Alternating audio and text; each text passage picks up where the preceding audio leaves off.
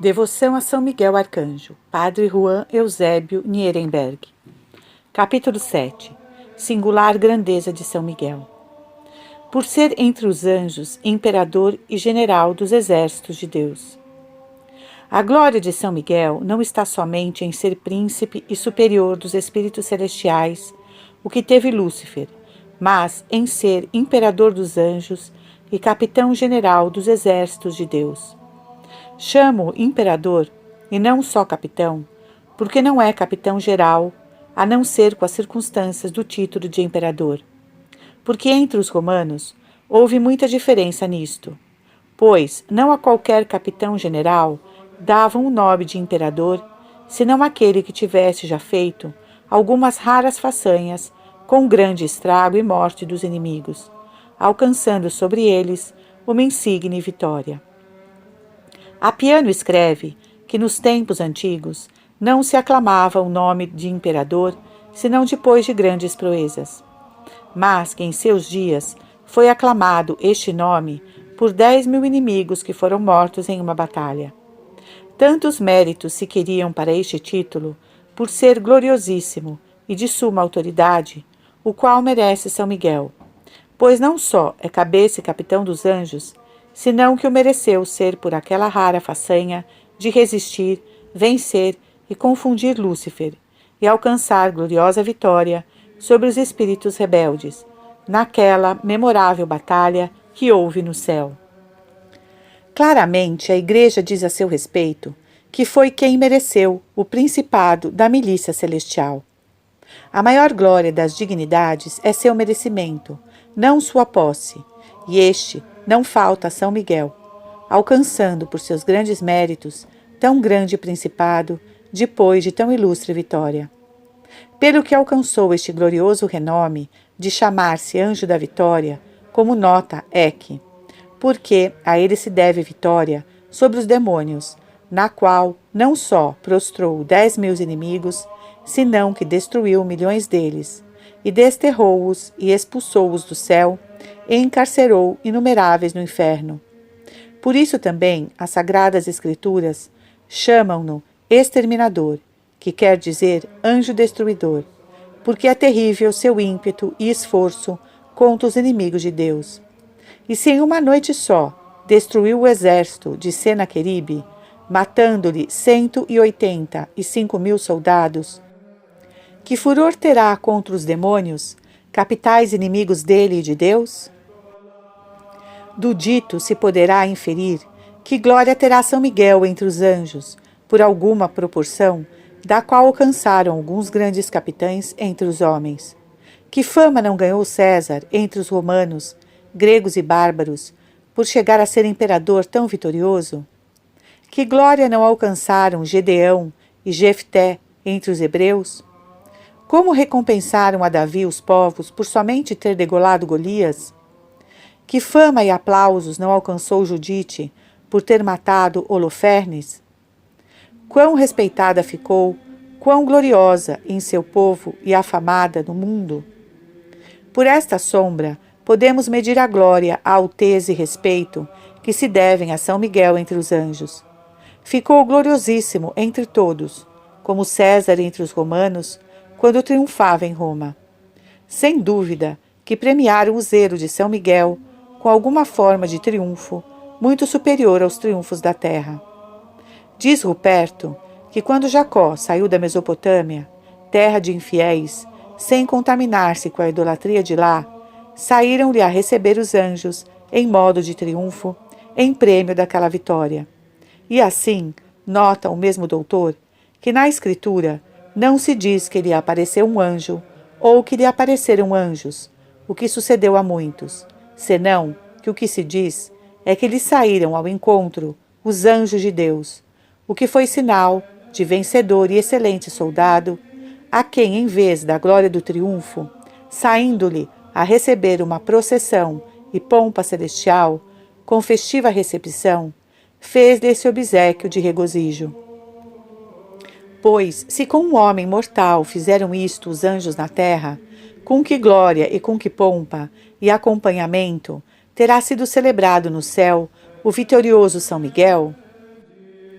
Porque se os santos particulares são recebidos no céu com cânticos de anjos e grandes recepções, e os mártires, virgens e doutores têm particular auréola pelas virtudes que alcançaram, quanto se triunfou São Miguel e se o celebrou, vendo que tão animosamente ele venceu Lúcifer e todos seus demônios? E mais ainda, vendo-se os anjos bons, tão obrigados a isso, pois, por seu zelo, foram detidos na graça e lealdade a seu Criador. E isso confirma muito a festa que se faz no céu por um só pecador que receba a graça, porque como poderia ser menos, senão que celebrassem os santos espíritos a conservação da graça de milhões de anjos, sendo que todos ficaram reconhecidos e obrigados para com São Miguel e cantariam louvores em agradecimento a ele? Não é menos que o premiarão com particular honra e triunfo, quando acabarem o mundo e esta guerra que começou no céu, a qual continua agora na terra. E São Miguel prossegue também o ofício de general e imperador dos exércitos de Deus, porque vendo Lúcifer frustrado seu plano no céu, onde não pôde conseguir ser adorado pelos anjos, solicitou na terra ser adorado pelos homens, introduzindo a idolatria e procurando fazer guerra contra Deus de todas as formas. Já que não podia vingar-se do Criador em seu próprio ser, determinou vingar-se dele na criatura, que é viva a imagem sua. E já que ele não pôde prejudicar os anjos bons, por estar em estado de glória e fora de perigos, dirigiu sua cólera e ódio contra os homens, nos quais quer fazer guerra ao Altíssimo. E visto que essa guerra se passa na terra, foi necessário que São Miguel se aproximasse dela muitas vezes em razão de seu ofício de general dos exércitos divinos. Esta é a razão de uma grande singularidade deste sublime espírito, que, sendo serafim tantas vezes, desceu a nós contra os costumes da suprema hierarquia. Porque a título de bom capitão e imperador lhe toca isto, e também porque ele tem de ser protetor e patrono da Igreja, de sorte que, apesar de que por sua dignidade e majestade de serafim não devia descer a este mundo, pela obrigação e assistência de capitão, convém que o faça, o que é singular neste sublime espírito, visto que tal pertence ao ofício de bom capitão, fazendo guerra aos inimigos de Deus de todas as formas, batalhando muitas vezes por sua própria pessoa. Esta guerra São Miguel trava às vezes invisivelmente, como quando o demônio pretendia manifestar o corpo de Moisés aos hebreus para que o adorassem como Deus, idolatrando-o. Nesta ocasião, São Miguel lutou com Satanás, resistindo-lhe e confundindo-o, tirando-lhe a presa das mãos ao esconder o corpo do profeta. Outras vezes, esse santo anjo milita por nós, sensível e manifestadamente, mostrando-se aos homens. Do que temos muitos exemplos nos quais lutou com os demônios, vencendo-os imediatamente, ou em seus sequazes, os infiéis e pecadores.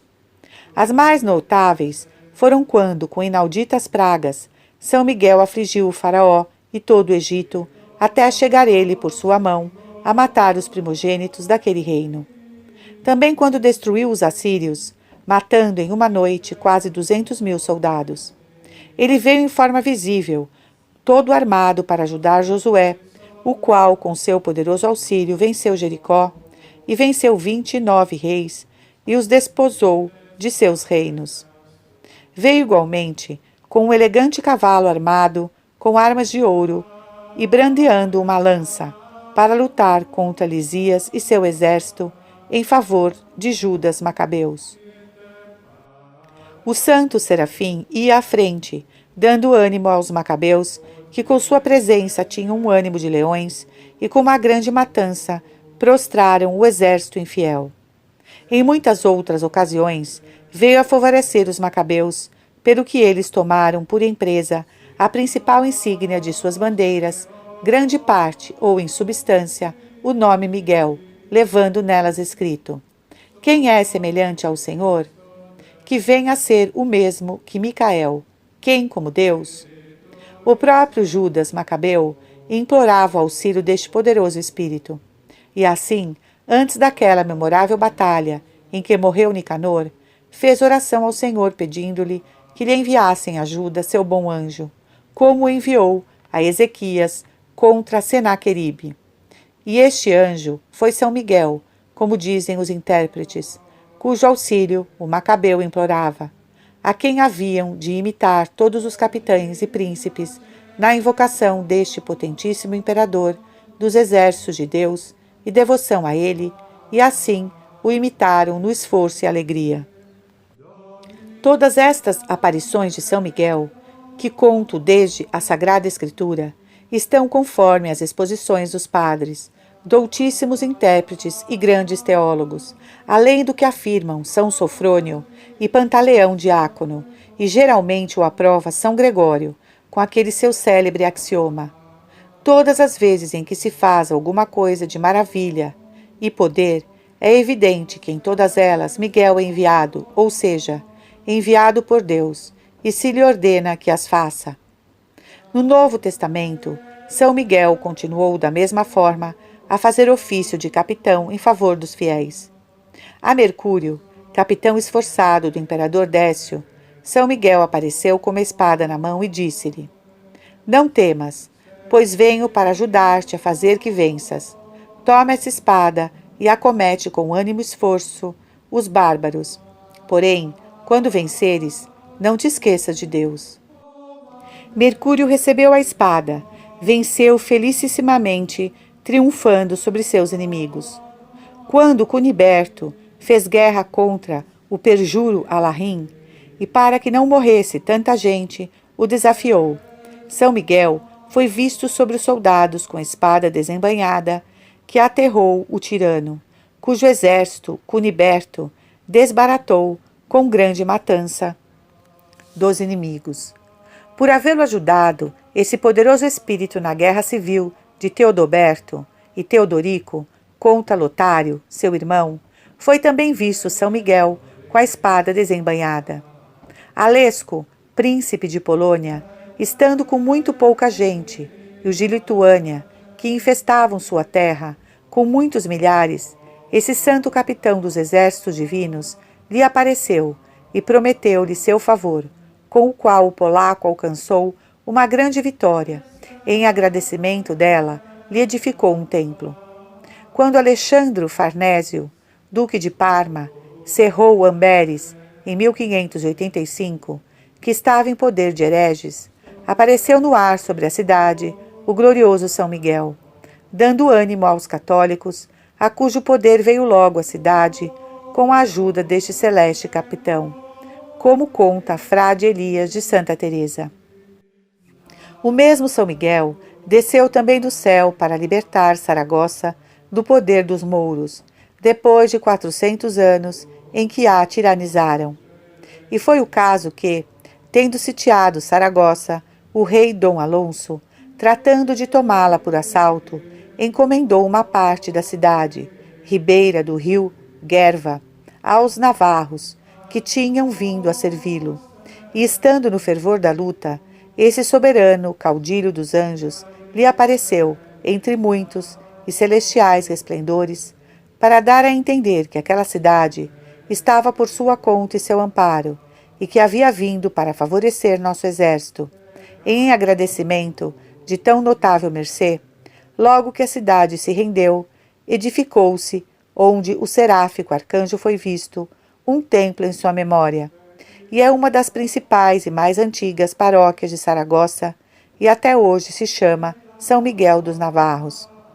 Também poderíamos crer que quando veio aquela soberana rainha e senhora dos anjos, com esquadrões deles a defender a mesma cidade, e se pôs na mesma brecha ou postigo que nas primeiras muralhas de terra abriram uma noite os mouros do castelo de Maria para saqueá-la, veio o portenente general de tão glorioso exército, o príncipe capitão-general das milícias de Deus.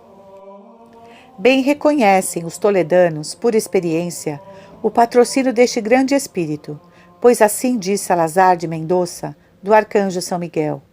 Cremos, o de Toledo, que nos ajudou quando o rei de Marrocos cercou o castelo de São Servando, logo que se ganhou a cidade, aparecendo-se em corpo assunto sobre o castelo. Quando o rei de Portugal, Dom Alonso Henriques, se viu opresso por Albaraque, rei de Sevilha, que com grande multidão de mouros infestava seu reino, recorreu ao patrocínio deste sublime espírito, de quem foi devotíssimo, e que se fez invocar pelos portugueses, os quais logo experimentaram sua ajuda milagrosa, porque o rei, ajudado por São Miguel, que a seu lado lutava, viu que não sobrou mouro nenhum, nem coisa que não sujeitasse, sem haver perecido pessoa alguma dos seus. Quem deu esforço a Joana d'Arc para que, como espanto do mundo, expulsasse os ingleses da França, à força da coragem e armas? Foi São Miguel quem lhe apareceu, animou e assistiu.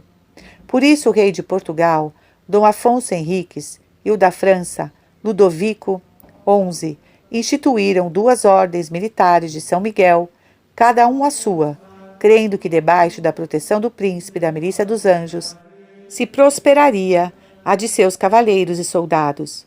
As grandes vitórias do imperador Constantino devem-se a São Miguel, como o mesmo santo anjo, ao aparecer uma vez a este imperador, manifestou, dizendo-lhe: Eu sou Miguel, capitão-general do Senhor dos Exércitos, defensor da fé dos cristãos, para que, fazendo tu guerra contra os ímpios tiranos, te ajude.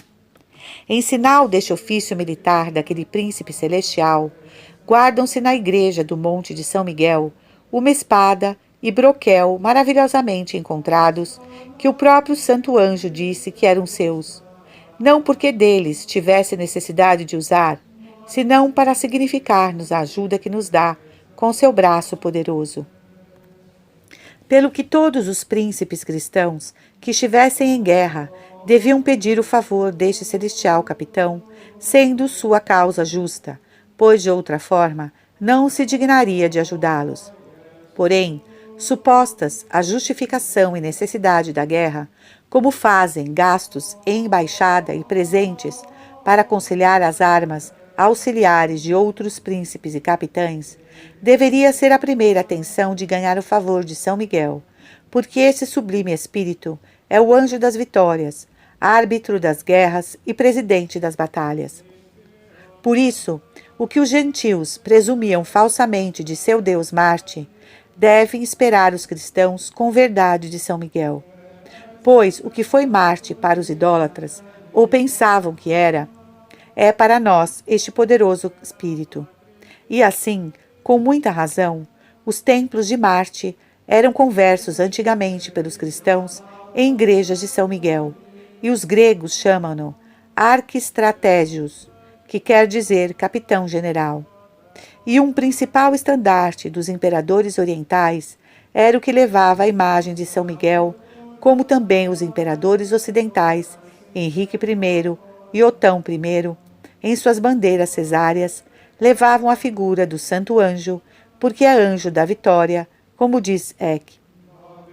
E antigamente, o dia de São Miguel em maio era chamado a comemoração da vitória de São Miguel, como nota Durando.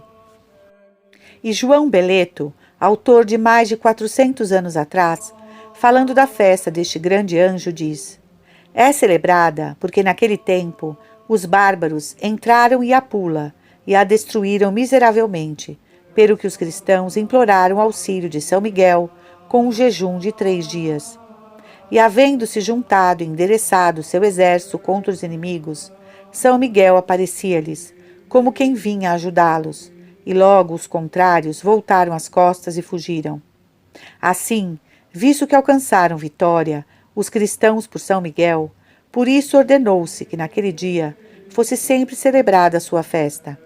Gemma Animae, confirma o mesmo no livro 4. Durando acrescenta que foram 3 insignes vitórias que se alcançaram por este glorioso espírito, tantas quantos foram os jejuns. Conhecendo isto, o imperador Justiniano edificou 6 templos a São Miguel, muito satisfeito, e via-se propício a este celestial capitão, que venceu os espíritos rebeldes, e por isso tinha certa e segura confiança de vencer os vândalos, como fala Procópio.